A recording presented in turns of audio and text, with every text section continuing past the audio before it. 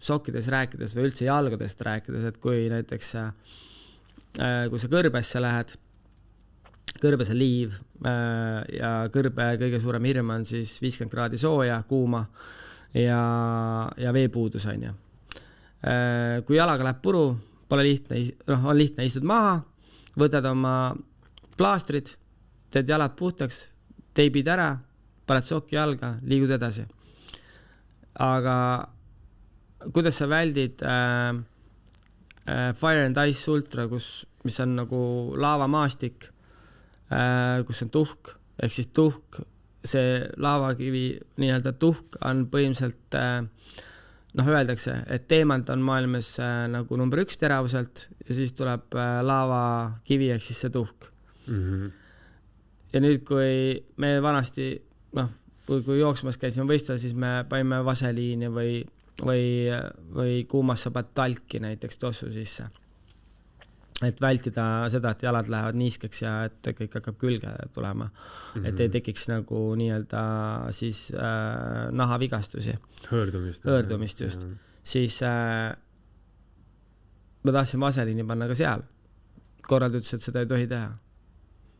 Ja ma ei saanud nagu alguses aru, miks siis ta ütleski, et siis ta selgitaski, et see on nagu, võib terav olla, see võib sul naha nagu, et kuna vaseliin võtab, kuna ta on veel keemiline, vaseliin on ju nafta on ja see seal võib midagi juhtuda. Ma täpselt päris hästi 100% aru ei saanud, sellepärast, et ma võtsin kasutusele ühe teise kreemi, mis siis reageerib pigem selle peale, et kui läheb märjaks, siis lähevad jalad veel nagu libedamaks, mis on nagu hea, et ei toimu võrdumist. See toimis seal üli hästi.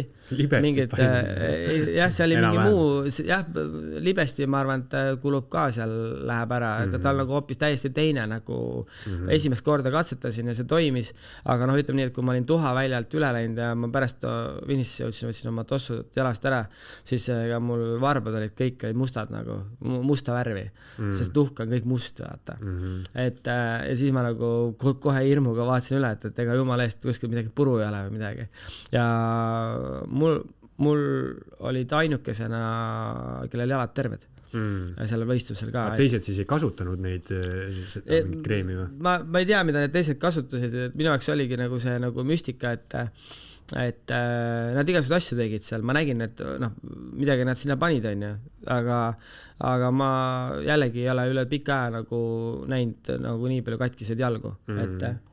No võt, siin on mingid siuksed huvitavad üldse mingid jooksunipid, mida jooksukauge inimene nagu ei kujuta ettegi, et mida sa paned endale. Jah, eks ma arvan, et jooksuga teemal üldse, kui rääkides, siis tegelikult hakkab kehakaalust hakkab pihta kehakaalu järgi, sa saad määrata ära, kui palju sa üldse joosta võid, palju sa liikuda võid, pluss siis